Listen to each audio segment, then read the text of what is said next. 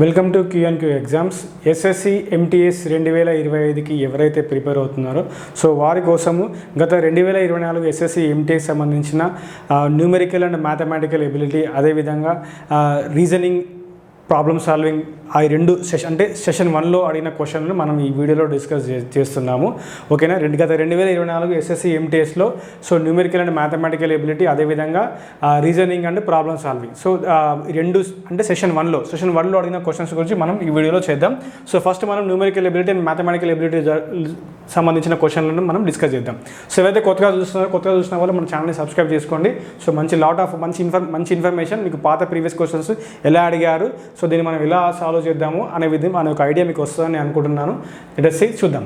First question వచ్చేసి the area of rhombus with diagonals of length 4 cm 5 cm respectively is అన్నాడు.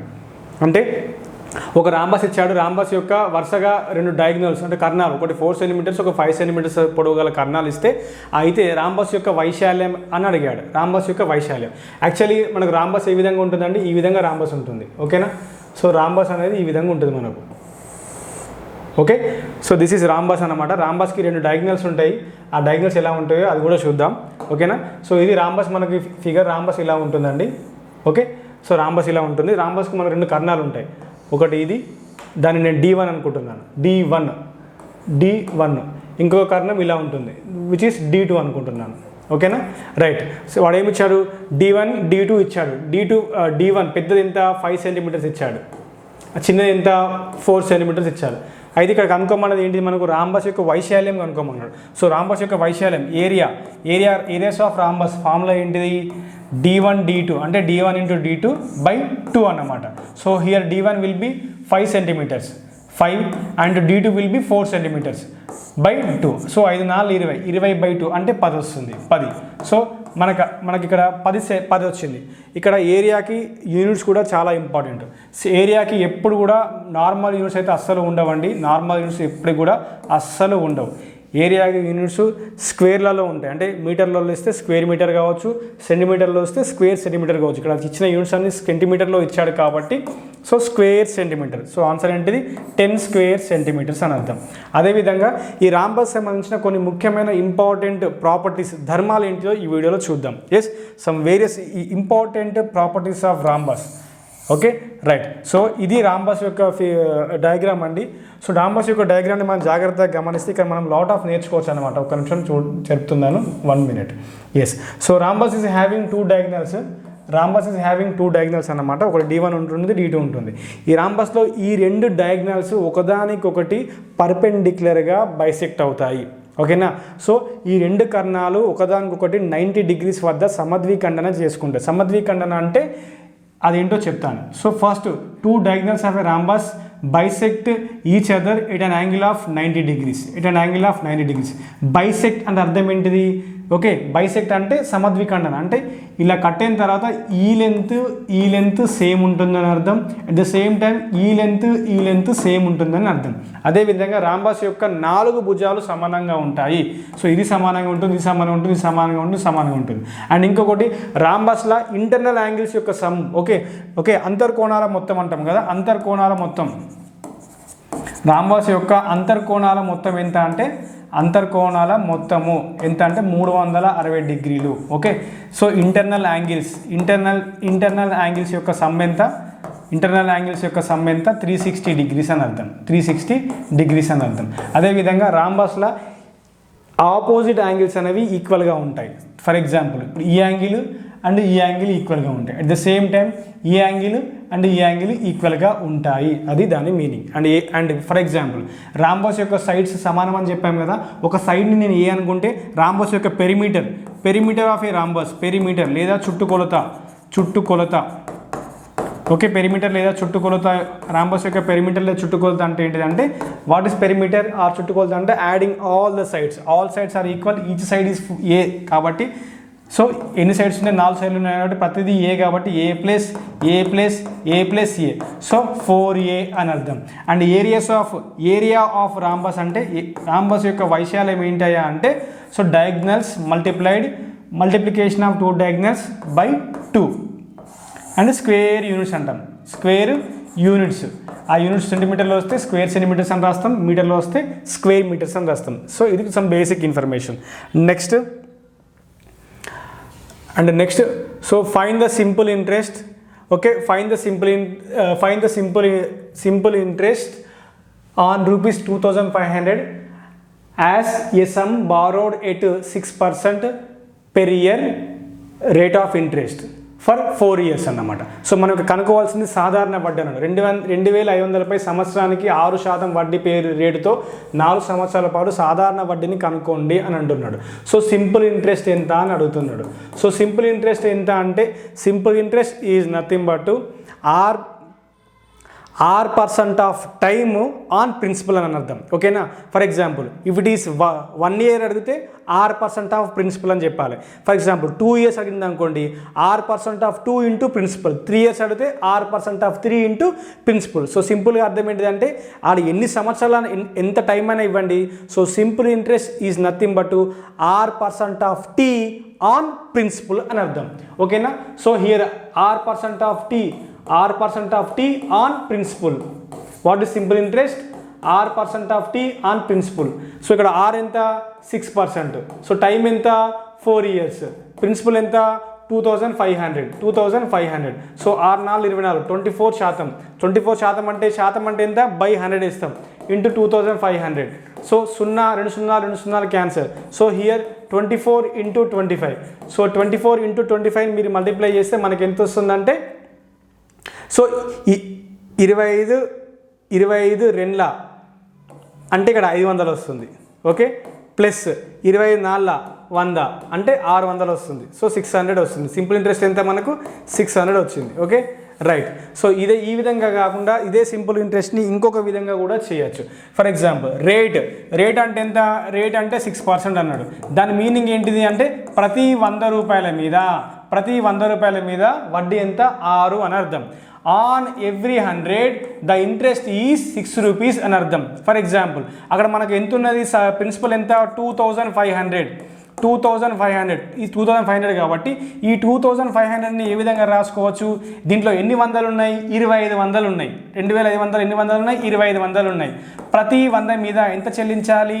6 రూపాయలు చెల్లించాలి. So 25 into 6 రూపాయలు. ఇది 1 year ఇంట్రెస్ట్ అన్నమాట. 1 year సింపుల్ ఇంట్రెస్ట్. ఇది 1 year సింపుల్ ఇంట్రెస్ట్ అన్నమాట. ఓకేనా, ఇది 1 year simple interest. Okay, so 6 ఏళ్ళ 12 120 ప్లస్ 6 ఏళ్ళ 30 అంటే 1 year సింపుల్ ఇంట్రెస్ట్ ఎంత వచ్చింది మనకు? 150 వచ్చింది. 1 year సింపుల్ ఇంట్రెస్ట్ ఎంత వచ్చింది మనకు? 150.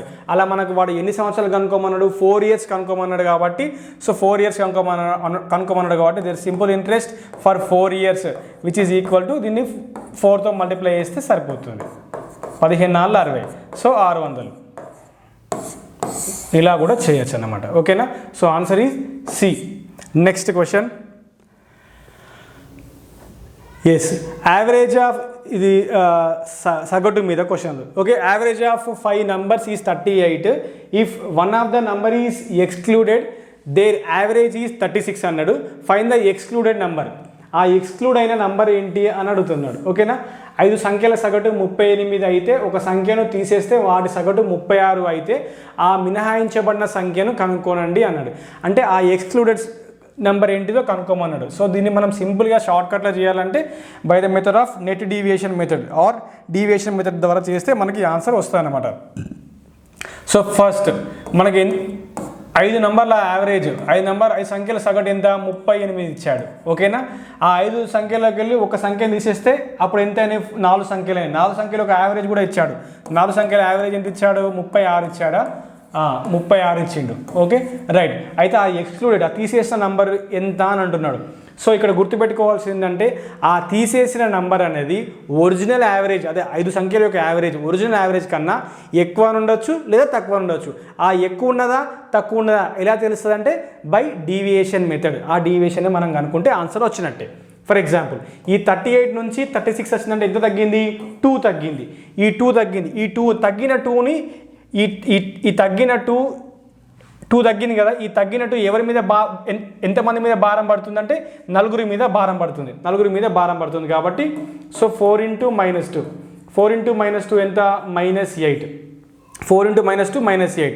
సో నేనేం చేస్తున్నానంటే సో ఈ -8 ఉంది కదా, -8 వచ్చింది. సో ఈ -8 0 కావాలంటే మనం ఏం చేయాలి, -8 0 కావాలంటే మనం ఏం చేయాలి అంటే ఇక్కడ +8 యాడ్ చేయాలి.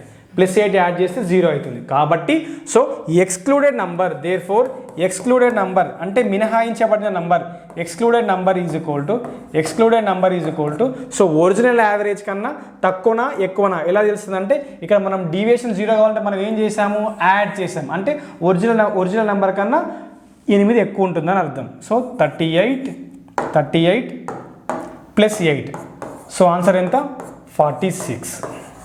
46 అన్నమాట. ఓకేనా. సో దీన్ని ఇదే విధంగా కాకుండా నార్మల్ కన్వెన్షనల్ మెథడ్, సో మనం అందరూ వాడే పద్ధతిలో కూడా మనం చేయొచ్చు. మనకు తెలుసు యావరేజ్ ఫార్ములా ఏంది, average is equal to some of the observations, రాశుల మొత్తం అంటాం కదా, రాశుల మొత్తం బై రాశుల సంఖ్య. అంటే some of the observations by number of observation అంటే రాశుల సంఖ్య, నంబర్ ఆఫ్ అబ్జర్వేషన్స్. ఓకేనా. సో ఇక్కడ యావరేజ్ ఎంత ఇచ్చాడు మనకు, యావరేజ్ ఎంత ఇచ్చాడు, 5 నెంబర్ల యావరేజ్ ఎంత 38 ఇచ్చాడు. Okay. Some of the observation అంటే ఇక్కడ ఎన్ని అబ్జర్వేషన్స్ ఉన్నాయి, ఎన్ని రాశులు ఉన్నాయి, 5 రాశులు ఉన్నాయి. అంటే 5 రాశుల మొత్తంలో అంటే 5 రాశుల మొత్తంలో అంటే 5 రాశులు ఉన్నట్టు అర్థం. ఓకేనా. సో 5 రాశుల మొత్తం సమ్ ఆఫ్ ద 5 అబ్జర్వేషన్ అంటే ఇక్కడ సమ్ ఆఫ్ ద 5 అబ్జర్వేషన్ నేను ఇంకో విధంగా కూడా రాస్తున్నాను. అంటే 5 రాశుల మొత్తాన్ని ఈ విధంగా కూడా రాయచ్చు. ఎలా రాయచ్చు అంటే 4 రాశుల మొత్తము ప్లస్ 1 రాశి అలా కూడా రాయచ్చు కదా. 5 నెంబర్స్ సమ్ముని ఎలా రాయచ్చు, first 4 numbers sum plus remaining 5 number అలా కూడా రాయచ్చు కదా. Like that sum of 4 numbers plus ఆ ఫిఫ్త్ నెంబర్ ఎక్స్క్లూడెడ్ కదా. ఎక్స్క్లూడెడ్ నెంబర్ ఏంటి, 5th నెంబర్, అదే మనం కనుక్కోవాలి. సో దాన్ని మనం ఎక్స్క్లూడెడ్ అని రాసినా లేదా 5th నెంబర్ రాసినా నో ఇష్యూస్. సో ఇక్కడ మీకు గుర్తుపెట్టుకోండి, 5th నెంబర్ అని రాసినా అది మీకు ఎక్స్క్లూడెడ్ అని మీకు మనసులో అర్థం కావాలి. ఓకేనా. సో 5th నెంబర్ బై రాశులు ఎంత 5. ఓకేనా. ఈ 5 తీసుకొస్తే 38 × 5 అవుతుంది. సో సమ్ ఆఫ్ 4 అబ్జర్వేషన్, ఎలా వస్తుందంటే యావరేజ్ ఆఫ్ 4 అబ్జర్వేషన్స్ ఏమి ఇచ్చాడు, దెన్ దేర్ యావరేజ్ అంటే ఒక 5లోంచి ఒక నెంబర్ తీసేయంగా ఎన్ని రాశులు ఉన్నాయి, 4 రాశులు ఉన్నాయి. అంటే 4 నెంబర్స్ ఉన్నాయి. వాటి యొక్క యావరేజ్ ఎంత 36. అంటే యావరేజ్ ఇస్తే యావరేజ్ నుంచి వాటి యొక్క సమ్ ఆఫ్ ద అబ్జర్వేషన్ లేదా రాశుల మొత్తాన్ని తీసుకోవచ్చు. కాబట్టి సో 36 × 4 అవుతుంది.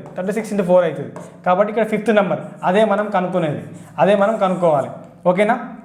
ఇక్కడ చూడండి 38 × 5 ఏమవుతుంది, 190 అవుతుంది. సో 36 × 4 టైమ్స్ మీరు సాల్వ్ చేస్తే ఎంత అవుతుందంటే ఇది 144 అవుతుంది. ఓకేనా. 144 అవుతుంది. మనకు కావాల్సింది ఎంత, 5th నెంబర్. సో ఇది తీసుకొస్తే మనకు ఆన్సర్ వచ్చేస్తుంది 190 - 144 which is 5th number. Therefore 5th number are ఇదే కదా, ఎక్స్క్లూడెడ్ నెంబరే కదా. సో ఆ నెంబర్ ఫామ్ మనకి ఎంత వచ్చిందంటే సో 40 ఇది ఇలా తీసేస్తే 46 వస్తుంది. ఇదే మన ఆన్సర్. ఓకే. నెక్స్ట్ చూద్దాం. సో ఇది రీజనింగ్లో అన్నమాట. SSC MTS రీజనింగ్లో అడిగారు. సో రీజనింగ్ అనే సెషన్ 1లో రీజనింగ్లో అడిగారు. సో ఆ ప్రాబ్లం చేద్దాం. సమ్ గ్లాసెస్ ఆర్ కప్స్ అన్నాడు. సో ఇక్కడ స్టేట్మెంట్స్, కంక్లూజన్ గుర్తుపెట్టుకోండి.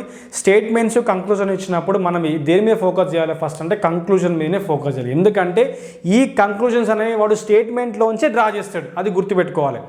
ఏవైతే ఈ కంక్లూజన్స్ ఉన్నాయో ఈ కంక్లూజన్స్ స్టేట్మెంట్ల నుంచే డ్రా చేస్తాడు వాడు, అది మనం గమనించాలి. ఏది ఎల్లకెళ్ళి డ్రా చేసిందని మీరు గుర్తుపడితే ఆన్సర్ 99% వచ్చినట్టే, గంతే.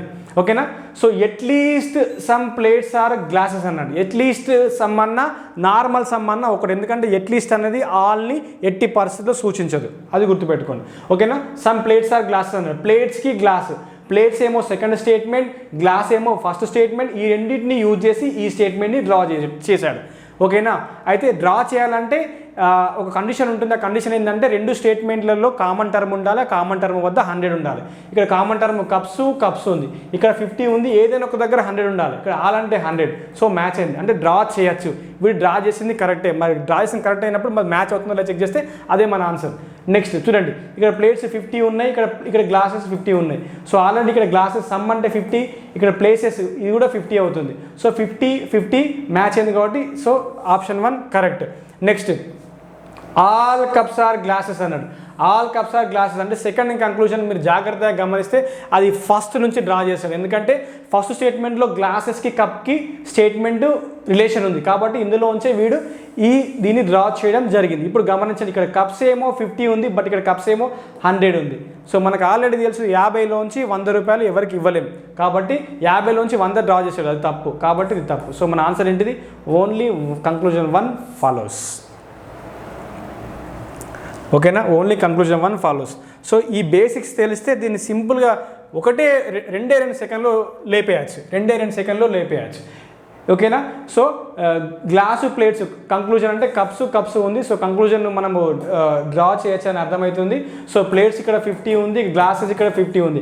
సో ఇక్కడ ప్లేట్స్ ఎంత 50 ఉంది, గ్లాసెస్ 50 ఉంది, మ్యాచ్ అయింది కాబట్టి ఇది ఆన్సర్ కరెక్ట్. నెక్స్ట్ ఇక్కడ కప్స్ ఎంత ఉంది, సో ఈ స్టేట్మెంట్ కప్స్ గ్లాసెస్ ఇందులోంచి డ్రా చేశాడు కాబట్టి ఇక్కడ కప్స్ 50 ఉంది, ఇక్కడ కప్స్ 100 ఉంది కాబట్టి తప్పిది. So only conclusion 1 follows. అలా చేయాలి దీన్ని.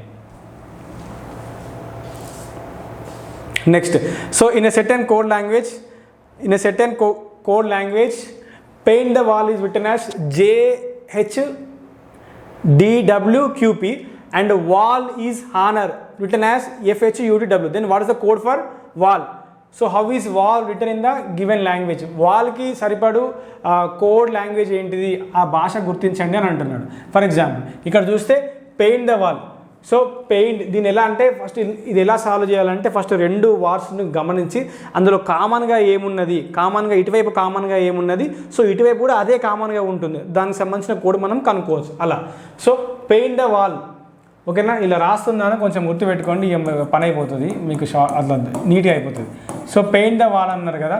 సో పెయింట్ ద వాల్ని వాడు ఏ విధంగా రాశాడు, పెయింట్ ద వాల్ని JHDWQP అని రాశాడు. Next wall is honour. హానర్ని ఏ విధంగా రాశాడు, అంటే FHUTDW రాశాడు. FHUTDW రాయడం జరిగింది. అయితే మనకు కావాల్సింది వాల్కి కోడ్ అడిగాడా, how is wall written in the given code language. So వాల్కి కోడ్ అడిగాడు అంటే ఇటువైపు కామన్గా ఏముందో గమనించాలి ఫస్ట్. ఇటువైపు కామన్గా మనకి చూస్తే అబ్జర్వ్ చేస్తే ఏముంది, సో ఈ రెండిట్లా మనం గమనిస్తే మనకు వాల్ మాత్రమే కామన్గా ఉంది. సో ఇటువైపు అయితే ఏది కామన్గా ఉన్నాయో అటువైపు కూడా ఏమైనా కామన్గా ఉన్నాయో అని చెక్ చేస్తే అదే మన ఆన్సర్. సో ఇక్కడ ఇటువైపు జాగ్రత్తగా మీరు గమనిస్తే DW కామన్గా ఉంది, DW కామన్గా ఉంది. సో నాకు ఏమర్థమైంది, సో వాల్కి కామన్ కోడ్ ఏంటంటే DW అని అర్థం. సో వాల్కి కామన్ కోడ్ ఏంది DW. సో అదే మన ఆన్సర్. సో ఆప్షన్ 2 DW ఇలా దీన్ని చేయాలి. ఓకేనా. సో ఇంకా చాలా వస్తాయి. ఓకే, బ్యాంకింగ్లో ఇలాంటి కొంచెం లెంతీగా అడుగుతారు. సో SSC MTS కాబట్టి సింపుల్గా అడిగాడు, అట్లా ఏం లేదు. Okay, next. Okay, so here which is త్రికోణమితి నుంచి క్వశ్చన్ వచ్చింది మనకు. సో దీన్ని చూద్దాము. 2 sin 15 degree cos 15 degree minus 4 sin cube 15 degree cos 15 degree అన్నాడు. ఓకేనా. సో దీన్ని జాగ్రత్తగా గమనిస్తే ఇక్కడ చూడండి, ఈ 4 sin 15 degree cos degree నేను ఏ విధంగా రాసుకుంటున్నానంటే 2 ఇంటూ మనకు ఆల్రెడీ తెలుసు ఎక్స్ క్యూబ్ని మనం ఏమని రాసుకోవచ్చు, ఎక్స్ స్క్వేర్ ఇంటూ ఎక్స్ రాసుకోవచ్చు. ఓకేనా, అంటే సైన్ క్యూబ్ని మనం ఏమని రాసుకోవచ్చు, సైన్ క్యూబ్ ఎక్స్ని మనం ఏమని రాసుకోవచ్చు, sine square X into sine X రాసుకోవచ్చు. ఇక్కడ ఎక్స్ అంటే యాంగిల్ అని అర్థం, అలా. సో దీన్ని నేను ఎలా రాస్తున్నా చూడండి. ఓకేనా, అలా రాసుకోవచ్చు బేసిక్. ఓకే, సో ఇక్కడ చూడండి నేను ఏ విధంగా రాస్తున్నా అంటే దీన్ని మనం ఏంటంటే 4ని 2 ఇంటూ 2 రాసుకోవచ్చు. సైన్ క్యూబ్ 15 ఏమని రాస్తున్నా అంటే సైన్ స్క్వేర్ 15 ఇంటూ సైన్ 15 రాస్తున్నా, అంటే ఎక్స్ క్యూబ్ని ఎక్స్ స్క్వేర్ ఇంటూ ఎక్స్ లెక్క. Okay, sine 15 degree into cos 15. Okay, ఇటువైపు చూడండి 2 sin 15 కాస్ 15. సో ఆప్షన్లు ఇవ్వలేదా? ఓకే, దీనికి ఆప్షన్లు ఏంటంటే option A 2√3, option B 4√3, option C √3/4 and option D 3√2. సో మనం చెక్ చేద్దాం ఈ ఆప్షన్ ఫాలో అవుతుందో చెక్ చేద్దాం. చూడండి, సో ఇక్కడ జాగ్రత్తగా మీరు ఒకసారి గమనిస్తే కామన్ వెళ్తుంది కదా. 2 sin 15 degree cos 15 degree 15 degree.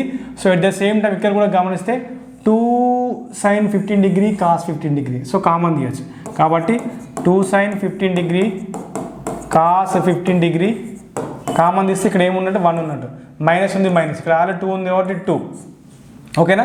So మిగిలింది ఏంది, కామన్ పోగా మిగిలింది ఏంది 2 sin square θ, 2 sin square 15 degree అని అర్థం, 2 sin square 15 డిగ్రీ అని అర్థం. ఓకేనా. రైట్. మనకు ఆల్రెడీ ఫార్ములా ఒకటి తెలుసు, sin 2θ. sin 2θ ఫార్ములా ఏంది 2 sin θ cos θ. ఇక్కడ θ ఏంది 15 డిగ్రీ అంతే. సో sin 2θ 2 sin θ cos θ కాబట్టి దీన్ని sin 2θ రాయొచ్చు. 2 into θ ఎంత 15 డిగ్రీ. ఓకేనా. Next 1 minus 2 sin square θ. 1 minus 2 sin square θ అంటే దట్ ఈస్ cos 2θ ఫార్ములా. మనకు cos 2θకి చాలా ఫార్ములాస్ ఉంటాయి. cos 2θ ఈ విధంగా రాసుకోవచ్చు, 2 cos square θ minus 1, 2 cos square θ minus 1 and cos 2θని మనం ఇంకో ఈ విధంగా రాసుకోవచ్చు, cos square θ minus sin square θ అని రాయచ్చు. Yes, cos square θ minus sin square θ లోనో అలా అది కాదు ఇది కాదు, ఒక నిమిషం. Okay sorry.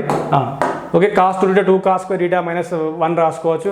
And cos 2θ only in terms of sine అయితే 1 minus 2 sin square θ రాసుకోవచ్చు. ఓకే, 1 minus 2 sin square θ అని కూడా రాసుకోవచ్చు. Okay. And at the same time cos 2θని ఇంకా విధంగా రాసుకోవచ్చు, cos square θ minus sin square θ అని రాసుకోవచ్చు. cos square θ minus sin square θ, cos square θ minus sin square θ అని కూడా రాసుకోవచ్చు, cos square θ minus sin square θ. ఇవి బేసిక్ ఫార్ములాస్. సో ఇక్కడ మనము ఇది అప్లై చేయాలి. 1 minus 2 sin square θ in terms of 1 minus 2 sin square θ nothing but cos 2θ. So దీన్ని మనం ఏ విధంగా రాసుకోవచ్చు, cos 2θ, θ అంటే 15 డిగ్రీస్. ఓకే. సో 2 into 15 అంటే 30 sin 30 ఇంటూ ఇక్కడ 2 into 15 అంటే 30 cos 30. ఓకేనా. మనకు బేసిక్ ఐడెంటిటీస్ ఉంటాయి, మీకు గుర్తుంచుకోవాల్సిందే. sin 30 అంటే 1/2, sin 30 అంటే 1/2. సో దీని sin 30 అంటే 1/2 అండ్ cos 30 అంటే √3/2.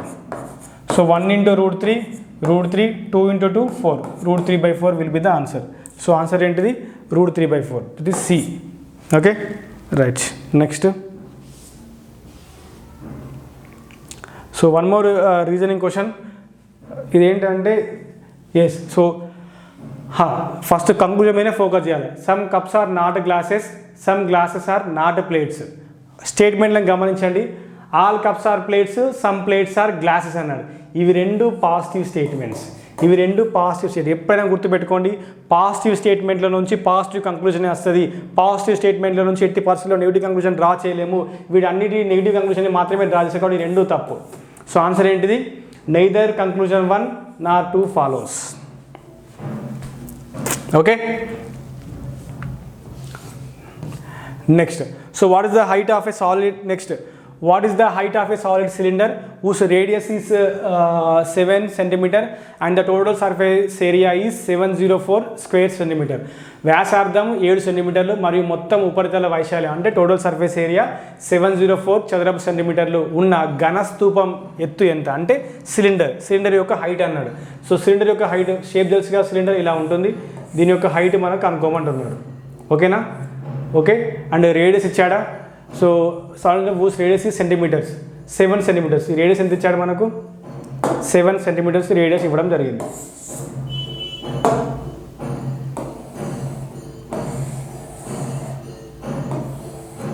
Okay, which is 7 centimetres.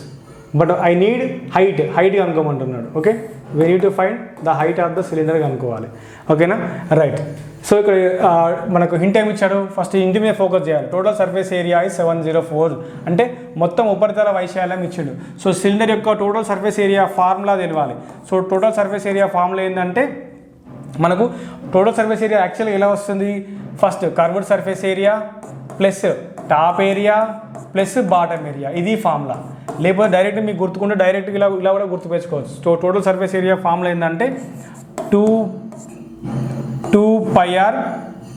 Okay, 2πr into h plus r వస్తుంది ఇది. సో ఇది ఎలా వచ్చిందంటే కర్వ్డ్ సర్ఫేస్ ఏరియా ఎంత 2πrh and total surface area top area bottom. Top ఏంది సర్కిలే ఉంది, బాటంలో కూడా సర్కిలే ఉంది. So πr² plus πr² pi r square plus pi r square ఏమవుతుంది 2πr స్క్వేర్ అవుతుంది. So 2πrh plus 2πr square. ఓకేనా, ఇక్కడ 2πr ఇక్కడ 2πr you can bring common తీయచ్చు. కామన్ తీయంగా మనం మిగిలింది h+r. సో ఇది టోటల్ సర్ఫేస్ ఏరియా ఫార్ములా, ఇలా గుర్తుపెట్టుకోవాలి. సో మీరు ఒకవేళ మర్చిపోతే ఇలా కూడా మీరు గుర్తుపెట్టుకోవచ్చు. ఓకేనా, so total surface area formula ఏంటంటే 2πr × h+r. ఓకేనా, సో 2πr × h+r. ఇప్పుడు నేను ఈ ప్రాబ్లమ్స్ మనం సాల్వ్ చేద్దాం. Okay right. So total surface area ఎంత ఇచ్చాడు, TSA ఎంత ఇచ్చాడు మనకు 704 square centimetres. So total surface area formula ఏంది 2πr × h+r. ఓకే 704. సో వ్యాసార్థం ఎంత ఇచ్చాడు అంటే రేడియస్ ఎంత ఇచ్చాడు 7 సెంటీమీటర్స్ ఇచ్చాడు. సో పై అంటే ఎంత, పై ఈజ్ నథింగ్ బట్ 22/7. ఇది గుర్తుపెట్టుకోవాల్సిందే మీరు. సో పై అంటే ఎంత 22/7 అంటే రేడియస్ ఎంత ఇచ్చాడు 7 ఇచ్చాడు. 7 × h+r అంటే 7 కదా 7. సో మనం కనుక్కోవాల్సింది ఎంత, హైటే కనుక్కోవాలి. So 7 get cancel. 22 2 టైమ్స్ ఏమవుతుంది 44 అవుతుంది. సో h+7 ఉంది అంటే 704.